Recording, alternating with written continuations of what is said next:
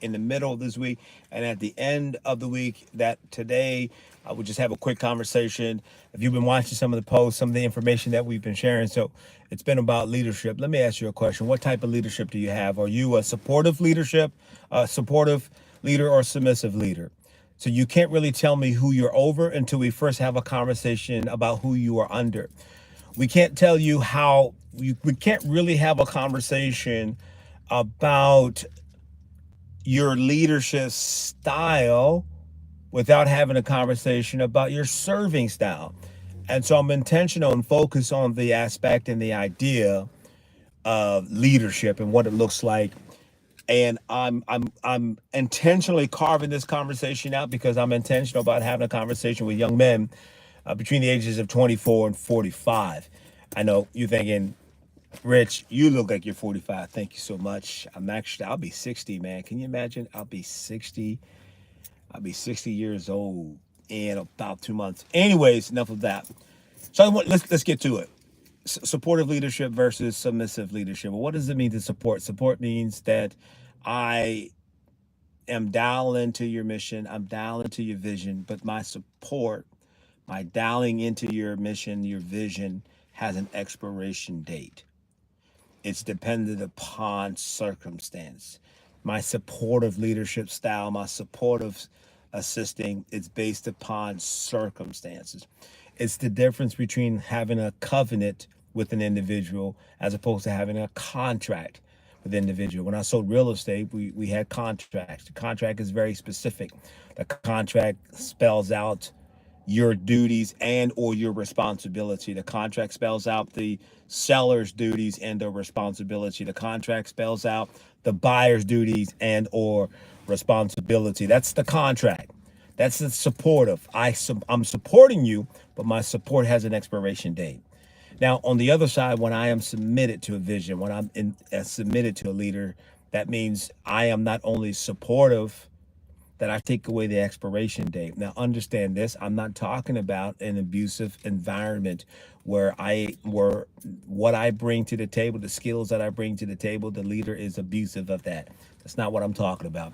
I'm talking about a consensual idea and agreement that I'm plugged into this vision. I'm submitting, I'm coming under the vision, and there is no expiration date on that. What I'm finding is that there are many people who want to lead, but the numbers are small as it relates to those who are willing to serve and support the vision, the mission, etc. And so this conversation today, man, is about just examine your style of leadership. What type of leader are you? What type of leader do you want to grow to be? If you're a supportive leader, that's cool. And we know that your support has an expiration date on it. If your leadership style is submissive and you're submitted to the vision, you're submitted to the mission statement, then that's a little bit different behavior. People that have complete buy-in, they show up early, they stay late. People that are supportive, they come when they're supposed to come and they want to leave. They're looking at the watch, they're looking at the clock because their support has an expiration date. Now, again, friend, the intention of this couple of minute conversation isn't to say one style is better than the other.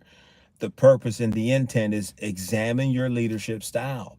How are you serving? It will determine how you lead. John Maxwell has a book out called The 17 Indisputable Laws of Leadership. And one of the laws of leadership is the speed of the leader will determine the speed of the pack. So when you determine the type of leader you're going to be, at the same time, you determine the speed that the pack is going to have as it relates to following you. So it's important, friend, to understand, am I a supportive leader or am I a submissive leader? Am I submitted to the call, the mission, the vision, etc.? So I want to challenge you, friend, on this week. I want to challenge you, friend. I want you to take assessment of your leadership style. I want you to ask yourself 3 questions. Number 1, what is it that I'm hoping to accomplish in this leadership role, whether it's supportive or it's a submissive? What do I want to accomplish? Why do I want to accomplish it? And the third question is, when am I expecting it to get done? right? And so when you start going through those three questions, those evaluation questions, and I believe it's also important for us to determine our why internally. You know, as you can see, I'm not in the studio, man. I'm in Washington D.C. right now. I got a meeting that I got to be in a couple of minutes, but I wanted to keep my word because I said that I will go live for a couple of minutes between 3 and 4 p.m. and I wanted to keep my word. I want to make sure that I do the thing that I said I was going to do. Also, that's another thing, a measure of leadership. Do you do what you said you were going to do when you said you were going to do it? Just keeping your word. You keep your word, I'm guaranteeing you this, friend. You're going to begin to separate yourself from the average leader. Just do what you said you were going to do when you said you were going to do it. And you just focus in and do that piece, the others are going to line up. But again, I wanted to challenge you to take a look at to examine your leadership style. If you're looking to lead, move up, do you have the ability to lead a team of 5? Have you ever led a team of 5 or more? If your desire is an aspiration to lead a team of 10 or 50 or to lead an organization of 100 people or more, do you have the leadership style? Is your leadership acumen, your leadership education and your intelligence, is it on that level to lead 5 people, 10, 15, 20, or 100 people? It's going to show up. So my willingness to lead is qualified by my willingness to follow. So we can't really have a conversation about who you are over until we have a conversation about who you're under.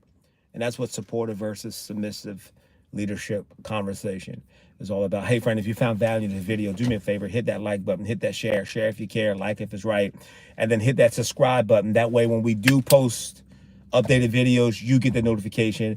This month, we're intentional about having conversations about leadership, the style of leadership, and how to have these challenging conversations so that it's comfortable, whether it's in the organization, your personal life, or your relationship. So let's get it, man. Let's get it. On the Motivate Podcast Show, we always say less, but we definitely want to believe for more. Let's get it.